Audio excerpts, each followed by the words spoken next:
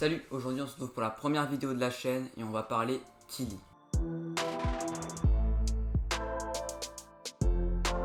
Alors d'abord, qu'est-ce que c'est que les Kili? Les Kili, c'est une très grande famille. Une famille qui compte plus d'1 millier d'espèces. Ils sont répartis sur presque tous les continents, y compris l'Europe. Il y en a même en France. Et puis, ce qui est intéressant aussi, c'est qu'ils sont ovipares. Il y a les non-annuels et il y a les annuels. Les annuels, ils vont vivre qu'une seule saison et les non-annuels, plusieurs années. Petit disclaimer avant de commencer, c'est assez dur de faire des généralités sur les Kili. Donc, je vais vous conseiller de choisir une espèce et de vous renseigner sur cette espèce, sur ses besoins, sur sa maintenance, sur le volume du bac, etc. Pour faire ce tuto, j'ai choisi une espèce, c'est Fundulopanchax nigerianus inidere. Alors, Fundulopanchax, c'est le genre, Nigerianus, c'est l'espèce, et inidere, c'est une information sur la localité, ou la localité si vous préférez. Donc, pour la cuve, j'ai choisi une cuve de 40 par 25 par 25. Dans ce volume-là, vous pouvez mettre plein d'espèces qui sont majoritairement accessibles pour les débutants. Je vous mets une petite liste par ici ou par là. Suivez-la, elle vous aidera. Faites-moi confiance. Alors, attention, ce volume-là, c'est spécifique. Allez pas mettre des crevettes avec. Hein. Les crevettes, elles vont se faire cartonner. Hein. Ils ont des petites dents et tout. Ils sont assez vicieux, nos petits Kili.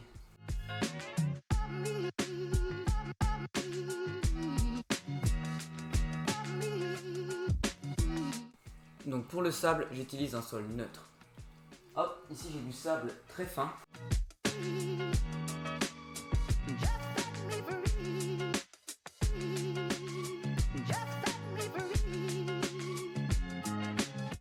Je vais mettre des petits calés. Ça enjolira tout ça.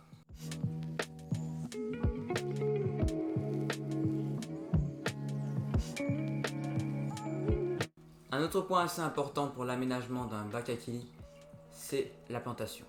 Parce que les Kili sont territoriales. Dans un bac à Kili, vous aurez toujours un dominé et un dominant. Vous allez choisir entre un couple ou un trio et il y aura une hiérarchie qui va se faire. Si vous choisissez un trio, vous allez prendre 2 femelles pour un mâle, donc un harem. Comme plante, j'ai choisi une Ceratopteris. Donc, ce qui est bien avec la Ceratopteris, c'est qu'elle pousse rapidement, qu'elle a un joli vert, qu'elle va servir de cachette pour le poisson dominé, que ce soit la femelle ou le mâle. Et voilà.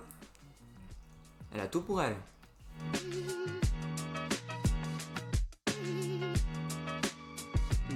Je vous conseille aussi des mousses. Les mousses, elles vont vous servir pour les alevins, pour faire des cachettes et pour leur donner des infusoires quand ils vont naître, etc.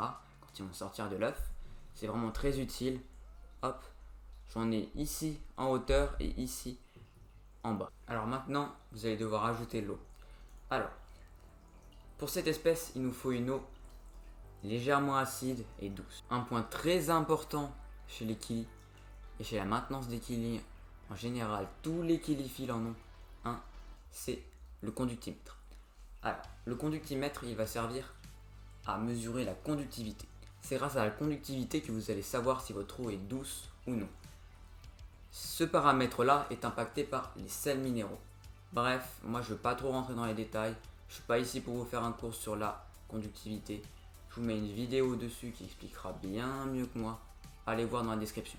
Pour cette espèce, il nous faudra une conductivité aux alentours de 100. Pour obtenir une eau aussi douce, j'ai utilisé un mélange d'eau osmosée et d'eau du robinet. Bon, si vous n'avez pas d'eau osmosée, vous pouvez toujours utiliser de l'eau de pluie, elle est aussi très douce. Par contre, faites attention parce que des fois elle peut être polluée. Ça dépend de là où vous habitez. En campagne, il n'y a pas trop de risque. Pour éclairer ce bac, j'ai choisi l'Aqoel Lady Slim Link. Par contre, attention, elle est un peu trop puissante. Les Kili n'aiment pas trop quand il y a trop de lumière. Donc, on va tamiser cette lumière en ajoutant des plantes flottantes. Ici, j'ai de la Limnobium levigatum ou grenouillette. Vous pouvez aussi utiliser de la Salvinia nathan, de la Pistia, de la Riccia aussi. Vous avez plein de choix. Moi, j'aime bien celle-ci. Elle est jolie. Elle fait des belles racines. Très bien pour les alevins. J'aime beaucoup. Maintenant que la lumière est tamisée, je vais pouvoir allumer celle-ci. C'est déjà beaucoup mieux. Bon, le bac est aussi un petit peu trouble. Pour la filtration, vous avez de la chance. Les Kili sont pas très embêtants sur la qualité de l'eau. mais moi j'aime quand même bien filtrer mes bacs. Alors je vais ajouter un petit filtre exhausteur. Donc ce bac, je vais le chauffer quand même, on sait jamais. Je vais le chauffer à 22 degrés. Bon, 22 degrés, vous pouvez facilement l'atteindre à une température ambiante. Pour rendre ce bac encore plus naturel, je vais ajouter de la litière de feuilles. Donc ici j'ai du chêne, des fruits d'aulne, un peu de mûrier je crois, et des espèces de petits bâtonnets. Ça rendra vraiment bien plus biotope. Avant d'ajouter les kilis, vous allez devoir attendre au moins un mois pour le temps que le cycle de l'azote se fasse. Bon, là déjà le filtre qui est cyclé, le sable qui est cyclé, je vais déjà pouvoir les introduire maintenant pour la vidéo.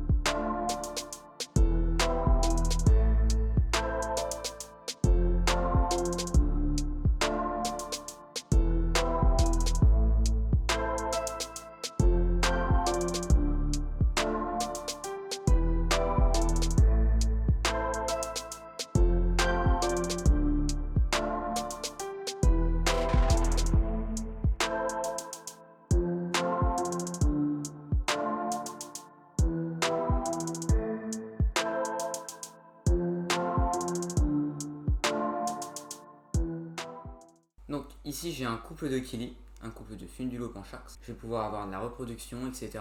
C'est ça aussi qui est intéressant avec les kilis. C'est de 1 que ça prend pas de place, et de 2 vous allez avoir de la reproduction facilement. Où trouver ces kilis? Tout d'abord je vous déconseille vraiment les animaleries qui ont souvent des poissons qui sont de mauvaises souches ou des fois des hybrides. Pour reconnaître une bonne souche de kilis, je vous conseille de regarder la population. Donc la population, c'est tout d'abord une information sur la localité. Donc ici, inidéré. Puis les initiales des collecteurs, ensuite l'année de collecte et enfin le numéro du point de pêche. Sur beaucoup d'espèces, je vous conseille de prendre au moins des poissons qui ont une information sur la localité. Et s'il y a toute la population, c'est encore mieux. Ici, il n'y a qu'une idérée, donc une information sur la localité. Pour trouver une espèce avec une population, je vous conseille vraiment de vous diriger vers des éleveurs qui, eux, leur but est de reproduire les souches, de les diffuser et de garder des bonnes souches, contrairement aux animaleries où leur but c'est de vendre. Pour trouver des éleveurs, je vous conseille soit Kili Pratique, soit le site du KCF. Tout est dans la description. Attention, ici il nous manque un couvercle parce que les kilis sautent pour passer d'un milieu à un autre. Bon, un couvercle en papier cellophane, c'est vraiment rudimentaire, ok, mais je changerai ça bientôt. Je ferai découper une petite plaque en verre de 40 par 25 et ce sera très bien. Pour l'alimentation, ça va vraiment dépendre de vos kilis, s'ils acceptent ou non la nourriture sèche. Bon, ici j'ai de la chance, ils l'acceptent. Alors j'alterne entre 3 pots de Dr Basler Biofish Food, qui est une marque de granulés de qualité que je vous recommande. Après, évidemment, je complète avec un petit peu de nourriture vivante pour les stimuler, c'est toujours bien. Alors maintenant, si tu veux aller plus loin, que ce soit pour trouver des kilis, aller parler à d'autres passionnés de kilis sur des groupes Facebook, etc., va dans la description, il y a tout pour toi, tout pour te satisfaire. Fais-toi plaisir. Bref, c'est tout pour cette vidéo. Maintenant, si tu veux voir la suite, etc., je te conseille de t'abonner. La prochaine vidéo sera sur les bêtas. Je vous en dis pas plus. C'est tout pour cette vidéo. Ciao.